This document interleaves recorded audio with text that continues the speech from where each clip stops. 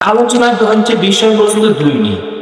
এক নাম্বার, শবে মেরাজের উপলক্ষে আমাদের করণীয় এবং শবে মেরাজের ঐতিহাসিক ঘটনা থেকে আমরা কি জানতে পারি, কি শিখতে পারি।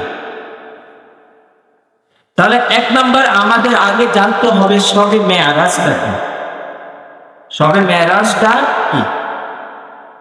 শবে মেরাজ যদি আমি সংক্ষিপ্ত আকারে যদি আপনাদেরকে ঘটনাটা বলি, বেশি লম্বা না করে যদি ঘটনাটা বলি, শুধু শবে মেরাজ আমরা এটাই এমন হিসাবে করেছি, এমন হিসেবে আমরা শবে মেরাজটাকে চিনি, আল্লাহর সাথে মুলাকাত সাক্ষাৎ করেছে যে আরশে মুআল্লামা, ওই জায়গার মধ্যে হযরত মুহাম্মদ সাল্লাল্লাহু আলাইহি ওয়াসাল্লাম সাক্ষাৎ করেছেন।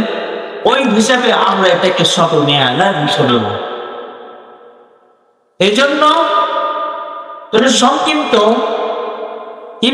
তাফসীরে ইবনে কাসির আছে, রাসূলুল্লাহ সাল্লাল্লাহু আলাইহি ওয়াসাল্লাম যখন তার চাচাতো বোন উম্মে হানির ঘরে বিশ্রাম নিচ্ছিলেন,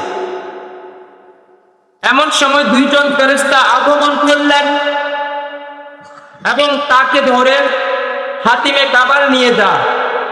হাতিমে কাবা হলো বাইতুল্লাহর পাশে একটি জায়গার নাম।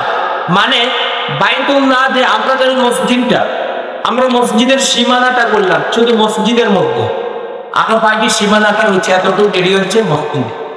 ওই জায়গাটা হচ্ছে বাইতুল্লাহ ঘর করেছে, সব জায়গার মধ্যে ঘর করবে, শুধু বাইতুল্লাহ ঘরটা করেছে, বাকি জায়গাটা এখনো করে নাই, বাকি জায়গাটা এখনো করে নাই। ওই জায়গাটাকে হাতিমে কাবা বলল। যখন রাসূল সাল্লাল্লাহু আলাইহি ওয়াসাল্লাম তার চাচাতো বোনের ঘরে শুয়ে বিশ্রাম নিচ্ছিলেন, হঠাৎ করে দুইজন ফেরেশতা এসে তার ঘরের মধ্যে আগমন করলেন, তাকে ধরে হাতিমে কাবার সামনে নিয়ে গেলেন। কাবার মানে বাইতুল্লাহর পূর্ব পাশে অবস্থিত ঘেরাও করা একটি জায়গা, যা মূলত বাইতুল্লাহর একটি অংশ।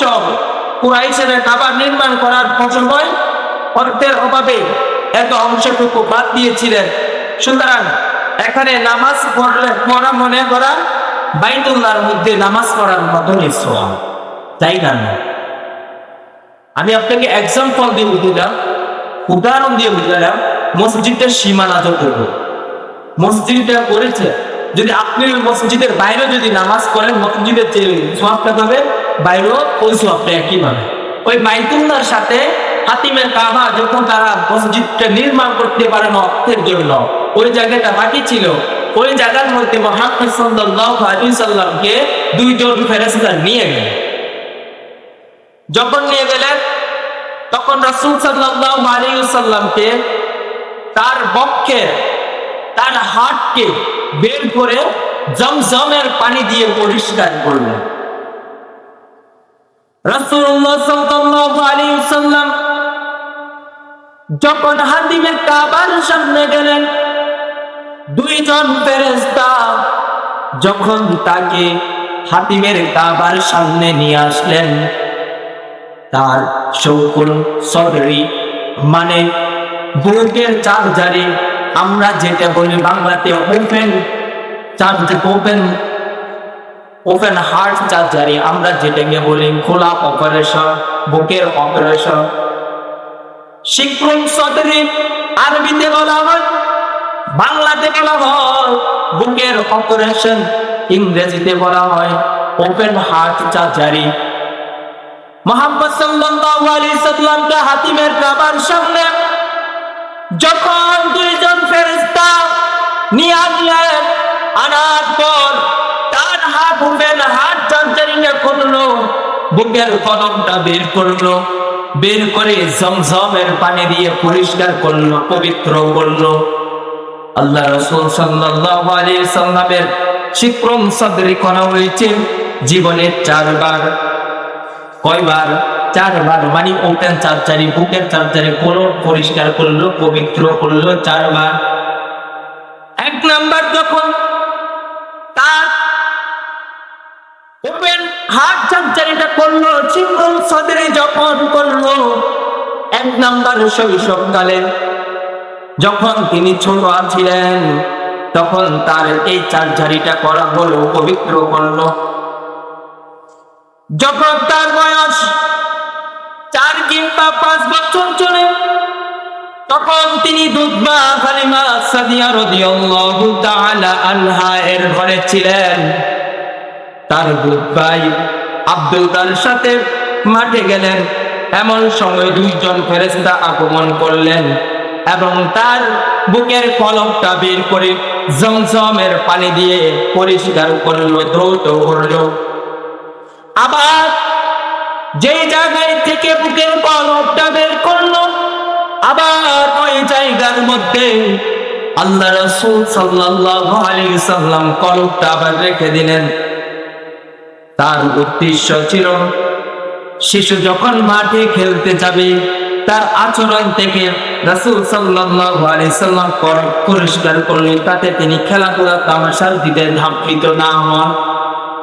1 নাম্বার, যখন শৈশবকালে তার কলমকে ওপেন হার্ট সার্জারি করল। 2 নাম্বার, যখন তার যৌবনের সময়। তখন কোন বর্ণনায় এসেছে যখন রাসূল সাল্লাল্লাহু আলাইহি সাল্লামের 20 বছর ছিল, এই সময় তাকে যৌবনের সুলভ আচরণ থেকে পবিত্র করার জন্য পক্ষ থেকে তার হার্ট সার্জারি করলেন, কলমটা জমজমের পানি দিয়ে ধৌত করল। এরপর যখন নবুয়তের পূর্বে, তখন তাকেও আবার কলমটা পরিষ্কার করলো, পবিত্র করলো। 4 নাম্বার, মেরাজের রাত্রে যখন আল্লাহর সাথে সাক্ষাৎ করবে, প্রথমে বলেছিলাম তার চাচাতো বোনের ঘরে শুয়েছিলেন, বিশ্রাম নিচ্ছিলেন। 2 জন ফেরেশতা এসে আল্লাহ রাসূল সাল্লাল্লাহু আলাইহি সাল্লাম সিংহ্রুম সদরি করে ফেললো এবং তার কলমটা পরিষ্কার করলো। কেন করলো? আল্লাহর সাথে মোলাকাত করতে যাবে, পবিত্র কলম নিয়ে আল্লাহর সাথে সাক্ষাৎ করতে যাবে। এই জন্য তার ওই মুহাম্মদ সাল্লাল্লাহু আলাইহি সাল্লামকে এই ওপেন হার্ট সার্জারিটা করা হলো। এরপর যখন আল্লাহ রাসূল সাল্লাল্লাহু আলাইহি ওয়াসাল্লামকে যখন মেরাজের দিকে গমন করা হলো, মক্কা থেকে বাইতুল মুকাদ্দাস থেকে সপ্তম আকাশে নিয়ে যাবে, তখন ফেরেশতারা তাকে বুরাকে করে হাতিমে কাবা থেকে বাইতুল্লাহ মুকাদ্দাসে নিলেন। প্রথমে চাচাতো বোনের ঘর থেকে হাতিমে কাবার সামনে আনলেন, আনার পর বাইতুল্লাহ মুকাদ্দাসের সামনে আনলেন, মানে আল্লাহর সাথে সাক্ষাৎ করবে, মোলাকাত করবে, যাবে। প্রথমে আনলেন কোথা থেকে? চাচাতো বোনের ঘর থেকে হাতিমের কাবার সামনে, হাতিমের কাবার সামনে থেকে এরপর আনলেন বুরাকে করে বাইতুল মুকাদ্দাসের সামনে, যেখানে হযরত জিবরাইল আলাইহিস সালাম একটি পাথর ছিদ্র করে বুরাকটি বেঁধে রাখলেন। তারপর রাসূল সাল্লাল্লাহু আলাইহি ওয়াসাল্লাম বাইতুল মুকাদ্দাসে প্রবেশ করে 2 রাকাত নামাজ আদায় করেন। সে নামাজের আগে সকল নবী রাসূলরা তার পিছনে ইক্তিদা করলেন। তারপর নামাজ শেষ হলো। এরপর উর্দু জগতের দিকে আল্লাহর সাথে মুলাকাত করার জন্য রাসূল সাল্লাল্লাহু আলাইহি সাল্লাম একের পর আসমান থেকে, প্রথম আসমান থেকে দ্বিতীয় আসমান থেকে, তৃতীয় আসমান থেকে চতুর্থ আসমান থেকে, পঞ্চম আসমান থেকে ষষ্ঠ আসমান থেকে সপ্তম আসমানে যখন গেল, তখন আল্লাহর সাথে মুলাকাত করলো, যেটা বলা হয় আরশে মুআল্লা। প্রথম সফরটি ছিল বরকতের মাধ্যমে, আর দ্বিতীয় সফরটি ছিল সিঁড়ির মাধ্যমে। এজন্য প্রথম সফরকে বলা হয় ইশরা, আর দ্বিতীয় সফরকে বলা হয় শবে মেরাজ, অর্থাৎ সিঁড়ি করে। যখন রাসূল সাল্লাল্লাহু আলাইহি সাল্লাম বাইতুল মুকাদ্দাস থেকে যখন তিনি সিঁড়ি বেয়ে বেয়ে প্রথম আসমান থেকে সপ্তম আসমান পর্যন্ত গেলেন, আল্লাহর সাথে সাক্ষাৎ করলেন। এরপর সিরাতুল মুনতাহা, সিদরাতুল মুনতাহা হলো পৃথিবীর মানে সর্বশেষ জায়গা, ওই জায়গার মধ্যে গেলেন। আল্লাহ তাআলা তার রাসূল সাল্লাল্লাহু আলাইহি সাল্লামের জন্য তিনি তিনটি, তার উম্মতের জন্য 3টি জিনিস দিলেন ওই জায়গার মধ্যে। যে জিনিসগুলো দিলেন, 1 নাম্বার 5 ওয়াক্ত নামাজ, যখন 50 ওয়াক্ত নামাজের ফরজ করা হয়েছিল, আসার সময় জিবরাইল হযরত মুসা আলাইহিস সালামের সাথে দেখা হলো। বলল, আল্লাহর রাসূল, আপনি যে আল্লাহর সাথে সাক্ষাৎ করলেন, আল্লাহ আপনার উম্মতের জন্য কি দিয়েছেন? বললেন, আমার উম্মতের জন্য 50 ওয়াক্ত নামাজ দিল। তখন মুসা আলাইহিস সালাম বললেন, আপনার উম্মতটা পারবেন, আপনি কমাই নিয়ে আসেন। কমাইতে কমাইতে 5 ওয়াক্ত নামাজ নিয়ে আসলেন।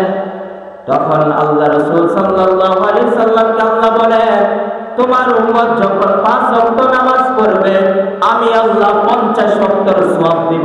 সুবহানাল্লাহ। এরপর দ্বিতীয় পুরস্কার দিলেন সূরা বাকারার শেষ 3 আয়াত, শেষ 3 অংশ। এই নাম্বার পুরস্কার দিলেন শিরিক বর্জনকারী, যারা শিরিক করে তার উম্মতের জন্য আল্লাহর কাছে যদি তওবা করে তাকে ক্ষমার ঘোষণা করলেন। 1 নাম্বার কি? 5 ওয়াক্ত নামাজ। 2 নাম্বার সূরা বাকারার শেষ আয়াত। 3 নাম্বার শিরিক যারা করবে যদি তওবা করে সেটার ক্ষমার ঘোষণা। যখন মুহাম্মদ সাল্লাল্লাহু আলাইহি সাল্লামকে এই পুরস্কারগুলো দিল, যখন হাদিস শরীফে আছে রাসূল সাল্লাল্লাহু আলাইহি সাল্লাম মেরাজ ভ্রমণ করার পর, আল্লাহর সাথে সাক্ষাৎ করার পর যখন সাহাবীদেরকে বললেন, এই রাতে আমি মক্কা থেকে বাইতুল মুকাদ্দাস, সেখান থেকে 7 আসমান অতিক্রম করে সিদরাতুল মুনতাহা ও আরশের মুআল্লা পর্যন্ত গমন করেছি, এই কথাটা যখন বললেন, কাফেররা বলেন এটা কখনো সম্ভব না। কাফেররা বিশ্বাস করলো না। 1 রাতে এটা কিভাবে সম্ভব? কিভাবে তিনি 1 রাতের মধ্যে এত জায়গার মধ্যে গমন করতে পারেন? কাফেররা যখন এটা বিশ্বাস করলো না, তারপর ছুটে গেলেন কাফেররা এই কথার জবাব পেতে। আল্লাহ রাসূল সাল্লাল্লাহু আলাইহি সাল্লাম বললেন, আমি মেরাজের রাতে মক্কা মুকাদ্দাস থেকে আমি 7 আসমানের মধ্যে গমন করলাম, আবার ফজরের আগে আমি আবার চলে আসলাম। তখন কাফেররা এটা বিশ্বাস করলো না। এটার সমাধান চাওয়ার জন্য হযরত আবু বকর রাদিয়াল্লাহু তাআলা আনহুর কাছে ছুটে গেলেন। তাদের উদ্দেশ্য ছিল, দেখি এই ব্যাপারে মুহাম্মদ সাল্লাল্লাহু আলাইহি সাল্লামের সবচেয়ে কাছের মানুষটি হযরত আবু বকর রাদিয়াল্লাহু তাআলা কি বলেন, কি জবাব দেয় আমাদেরকে। হযরত আবু বকর রাদিয়াল্লাহু তাআলা সেদিন ফজরের নামাজের মধ্যে আসেননি, তখন তার মধ্যে ছুটে গেলেন। যখন রাসূল সাল্লাল্লাহু আলাইহি সাল্লাম তখন হযরত আবু বকরকে বললেন না, আমি মক্কা মুকাদ্দাস থেকে একবারে সিদরাতুল মুনতাহা পর্যন্ত 1 রাতের মধ্যে ভ্রমণ করেছি, সেটা কিন্তু হযরত আবু বকর রাদিয়াল্লাহু তাআলা নকে বললেন না। যখন বললেন না, কাফেররা বললেন, আমি আপনার কাছে সমাধান চাইতে আসছি। যখন কাফেরদেরকে বলল, হযরত আবু বকর আপনি কি সমাধান চাইতে আসছেন বলো তোমরা। তখন কাফেররা বলল, মুহাম্মদ সাল্লাল্লাহু আলাইহি সাল্লাম নাকি বাইতুল মুকাদ্দাস থেকে 7 আসমানে সিদরাতুল মুনতাহা পর্যন্ত গমন করেছে। হযরত আবু বকর রাদিয়াল্লাহু তাআলাকে জিজ্ঞেস করলেন। তখন আবু বকর রাদিয়াল্লাহু তাআলা আনহু বললেন, তোমাদেরকে কে বলেছে? আমি তো এখনো শুনিনি। কাফেরদেরকে প্রশ্ন করলেন। কাফেররা তখন বললেন, হে আবু বকর, আপনার কাছের মানুষ হযরত মুহাম্মদ সাল্লাল্লাহু আলাইহি সাল্লাম বলেছেন।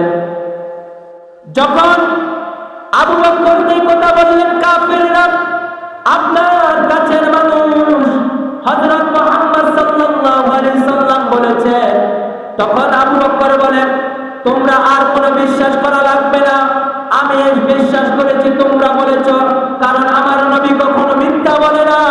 1 রাতের মধ্যে মেরাজ গমন করেছেন, বাইতুল মুকাদ্দাস থেকে সিদরাতুল মুনতাহা পর্যন্ত গেছেন। আমার রাসূল বলতে হবে না যাতে তুমি রাসূল তোমাকে বলেছে তুমি শুনেছো, আর আমাকে বলেছো আমিও বিশ্বাস করেছি।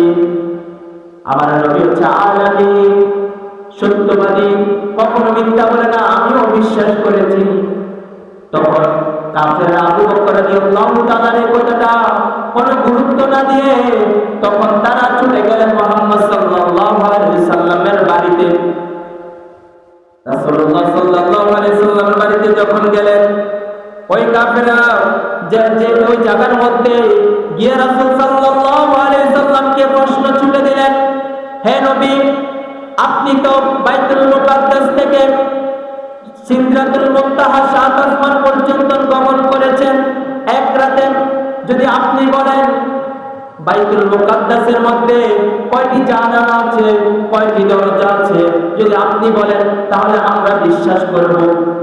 তাহলে বলেন তো, আপনি কোথাও গেলেন, আপনি সুন্দর করে দেখা সাক্ষাৎ করলেন না, তাহলে আপনি কি বলতে পারবেন? কিন্তু পারবেন না। কাফেররা মুহাম্মদ সাল্লাল্লাহু আলাইহি সাল্লামকে প্রশ্ন ছুড়ে দিলেন।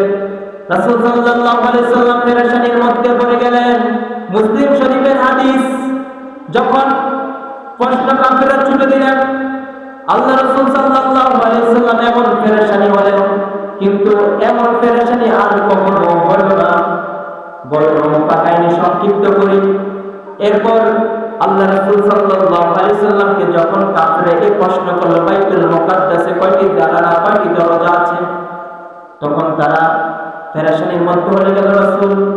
তখন মুসলিম শরীফের হাদিসে এসেছে, আল্লাহ স্বয়ং তার চোখের সামনে বাইতুল মুকাদ্দাসটা ভাসিয়ে দিল। তখন সে গনে গনে কাফেরদের প্রশ্নের জবাব দিয়ে দিল। সুবহানাল্লাহ। এরপরও কাফেররা আল্লাহর নবীর কথা বিশ্বাস করলো না। তাহলে এমন আমরা নবী যে এই সবে মেরাজের সময় বাইতুল মুকাদ্দাস থেকে সাত আসমানের সিদরাতুল মুনতাহা পর্যন্ত গমন করলেন, তখন কাফেররা যখন প্রশ্ন ছুড়ে দিলেন, আপনি বলেন শুধু যাতে এই রাতের মধ্যে আপনি গমন করেছেন, শুধু একটি কথার উত্তর দেন, তখন আমরা বিশ্বাস করব। বাইতুল মুকাদ্দাসের মধ্যে কয়টি দরজা, কয়টি জানালা আছে আপনি বলেন। তখন রাসূল সাল্লাল্লাহু আলাইহি সাল্লাম পেরেশানির মধ্যে হয়ে গেল। তখন বলতেছে আল্লাহ স্বয়ং তার রাসূল সাল্লাল্লাহু আলাইহি সাল্লামের সামনে বাইতুল মুকাদ্দাসটা সামনে নিয়ে আসে। তখন রাসূল সাল্লাল্লাহু আলাইহি সাল্লাম গনে গনে তখন কাফেরদের প্রশ্নের জবাব দিয়ে দিল। সুবহানাল্লাহ। তারপরও কাফেররা, তাহলে আমাদের উচিত এই সবে মেরাজের দিন, এমনি সবে মেরাজের দিন কোনো আমল নাই। সব রজব মাসটাই আপনি রোজা রাখতে পারেন, ইবাদত করতে পারেন, শাবান মাসও করতে পারেন। তাহলে আমরা